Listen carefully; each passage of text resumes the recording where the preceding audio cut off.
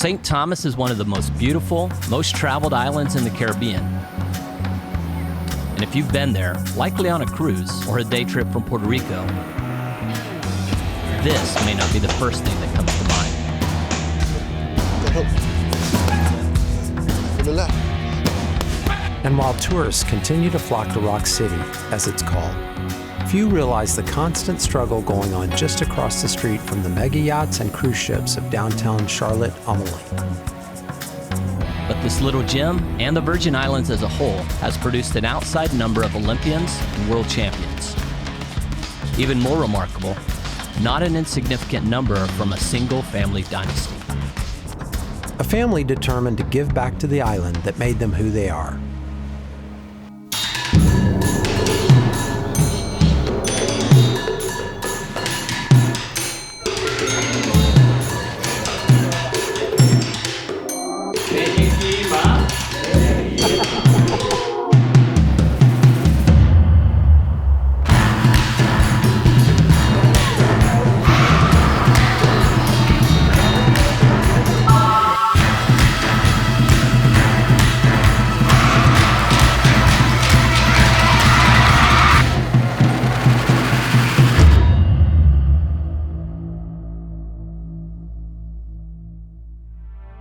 Julius Jackson knows everyone on the island, and everyone on the island knows Julius.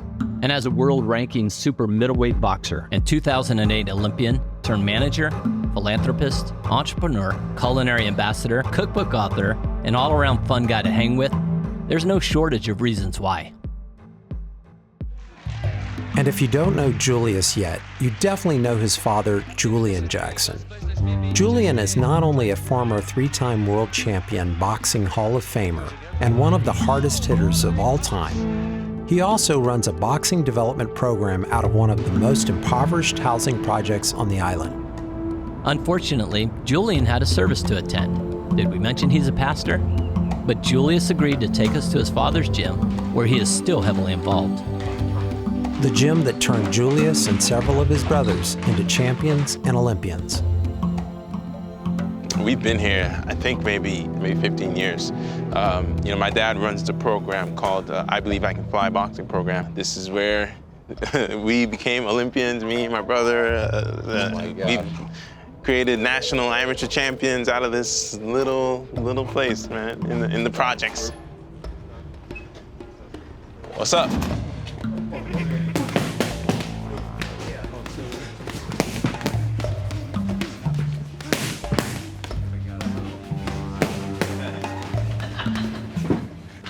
Coach Joey has been in and around boxing since 3rd grade and now helps train youth like Adon and Abdullah. Oh, dude. Bill, I'm Craig. Oh, I forgot that. Yeah, that's a Virgin Island must do. That's important. So yeah, this is where we do it, man. You know, blood, sweat, and tears, they say, right?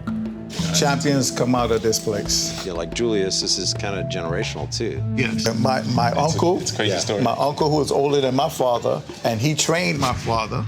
My father was a champion of the Virgin Islands, and then he ended up training other boxers as well as Julian Jackson. My dad. Oh, no kidding. Yeah, that's crazy. Oh my gosh. Julian Jackson became 3-time world champion. My father was training him. Yeah. That is so cool. And I was one of Julian's spar mates. Yeah. Yeah. And now Julian and I training Julius and his brothers and cousins and some other boxers.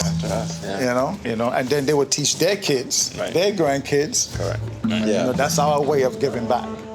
Julius, how many of your brothers have come through here? All of them. My sister boxed for a little while too. really? My sister Joy. The one job I don't want to have is being a sparring partner for any of them.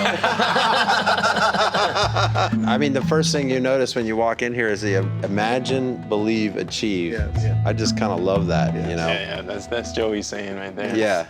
So when they come in here, we tell them, you're going to be a champ. You're going to be a champ, not just in boxing, but whatever you do, you're going to be a champion at it, What makes a good trainer? The heart, first of all. You have to love the sport. You have to love the boxers. And you're not just training them in the gym, because every boxer is not going to be a champion. But you want to teach them about life, period. You know, that's big. You want to mold them, you know, to be a better person. My son boxed here. Wilfred. My son is now a chef. Yeah. Oh, okay. In the military. Yeah, we talk about Oh, there we There's go. a theme there. Yeah, there's a theme. It's boxing and eating.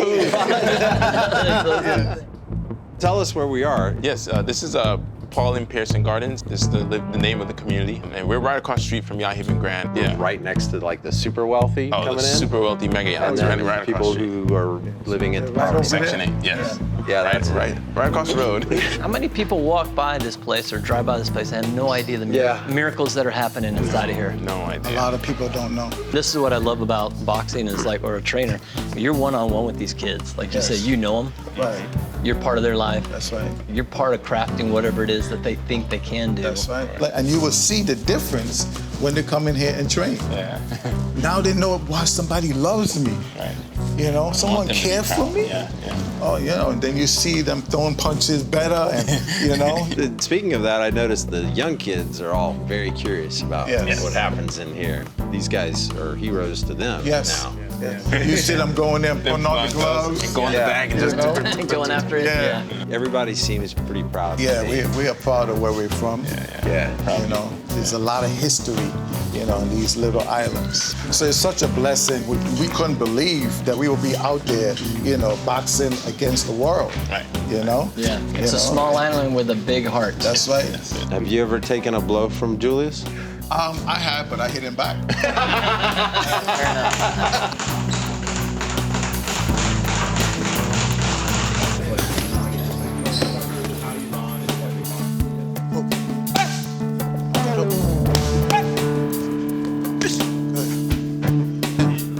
And then wait.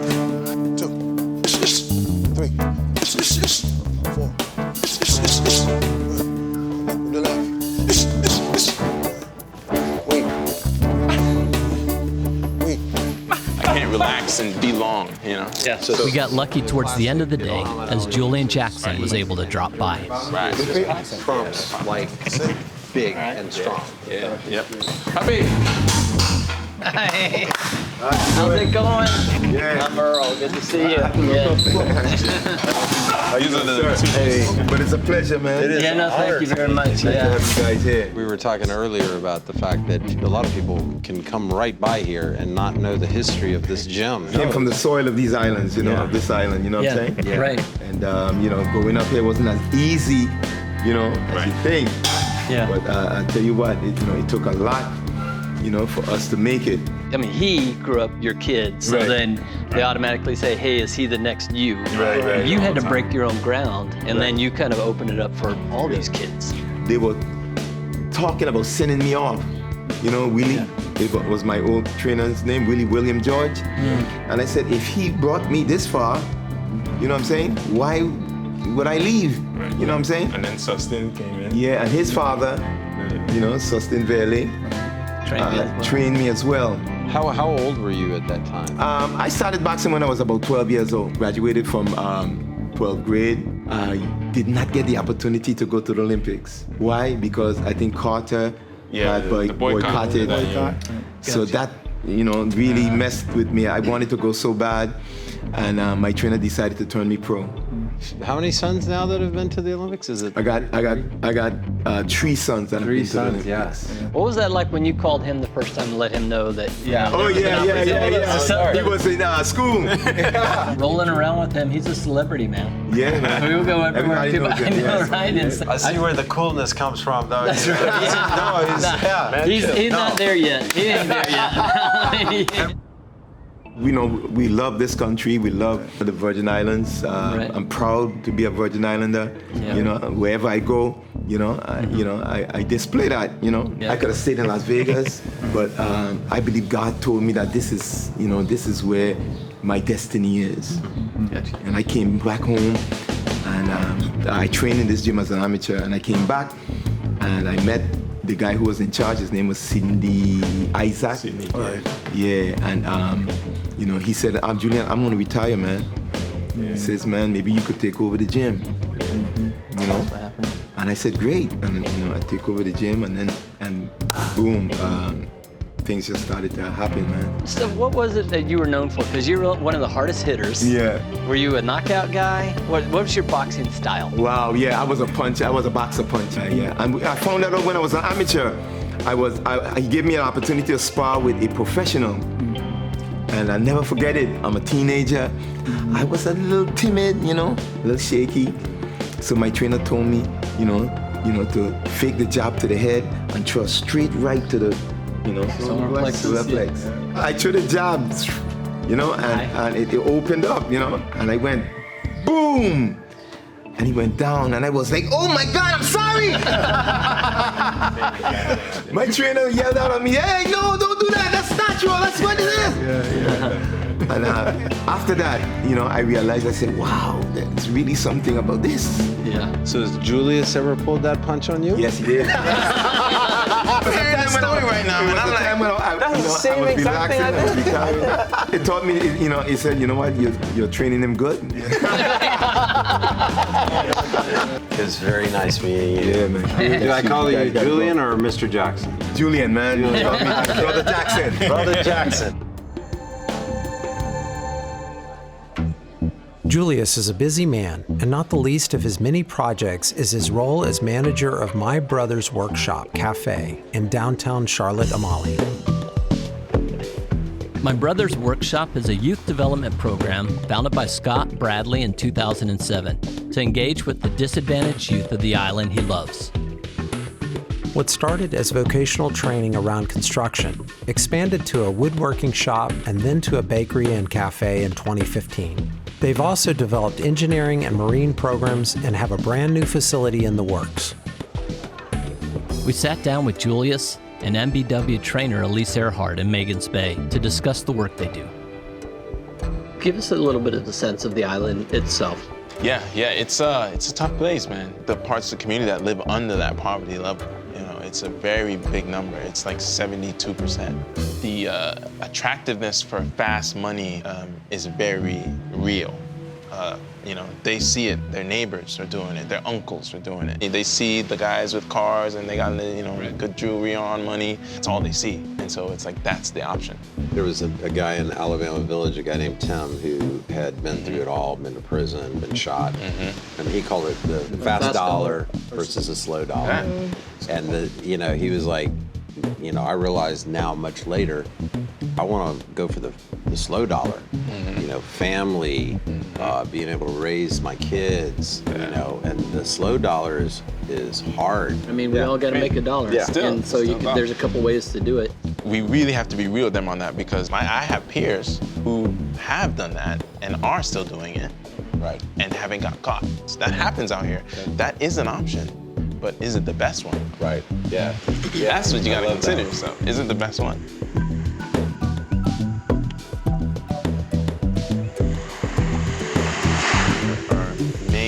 Objective is to provide an environment that our students can really develop and grow and find themselves. Most of the time, we're not training chefs, we're not training hospitality industry people. We have that as the trade they can learn while they're with us, but our goal is to give them things that's gonna make them well-rounded and take them to anywhere they want to be, and they can be successful. You can give a man a carrot cake, or you could teach a man to make a carrot cake, or whatever, right? No, what you're doing is you're taking kids that otherwise may not know where to go or what to do and have the skills, and then how do you incorporate it into the cafe? So one thing that I love about our organization, the ratio of trainers to trainees is really healthy. Sometimes it's close to 1-to-1. I think we try to max out at 1-to-4. You don't necessarily get that one-on-one time in a school situation or maybe another vocational situation. Yeah, I love to take the opportunity to work very slowly and deliberately with some of the students, and when they're on the line with me and when they're cooking, it's like really just breaking stuff down. What their skill sets are usually, they start off pretty small, and so that can build their self-esteem and take them from, well, I can't do that, to like, you can do that. See, you're doing it better than yesterday. Make a whole meal now. How cool is that to see them start to get Oh man, excitement? it's amazing. there's nothing, no money can pay for that. I have a few students who still come back and give us stories and ask us like, I'm doing this now, what do I do? Or one of my students that he works close to us now downtown, he comes to me and says, I want to do something for my birthday, but I don't want to be on the block and hang out with the guys and drink. What could I do? Like, I'm just not gonna do anything. You're like, there's so much you can do. You're like, what do you mean? I was like, we can go to Puerto Rico. He's like, we can do that? Like, yeah, bro, $57. He's like, no way. Yeah, so I went with him. and giving, like, having that like relationship and like that's priceless. You can't. Yeah, and both of you guys have an unlikely path. I think all of us do. I guess at some point, everyone's unique, right? But I think what did you see in the organization? I was searching for something that was more community-based, and I was longing to feel more connected to the island and have this need to like contribute while being able to continue like my culinary trajectory. That's pretty cool. Like I can be like a chef and I can like contribute. Like I feel pretty dang lucky actually. Yeah. And I love that too, because really that connecting you to where you want to go. Right. That's the program. No, there's also discipline to this too. Yeah, you guys aren't babying them. And we talk about this all the time. Like how do we teach a mindset? Yeah. Like you can't. We just have to hopefully bring them to the spot where like, I need to change how I think. We have this talk with them often, how I got to where I'm at, I said, well, I just do everything. If my boss said, do that, all right? Let's say I'm cooking on the line and the boss says, I need someone to mop the floor. I go like this. Yeah. That's the guy who's gonna get promoted first. Right. Or we have a thing here we call paylo, someone who just does something for everybody all the time. We look down at that person, but I'm telling you right now, I am him. I tell them, like, I'm that guy. No, we have to be very real with them because they're on the street. They know the streets. They're like, yo, people talk game all day. No, this is real, and I'm doing it. This is legal. Yeah. This is legal, all right? That's what, Because in a dime, they could be gone. They could be gone. We've made y'all talk so much, but you haven't even been able to eat your own. We eat these every day. We nibble.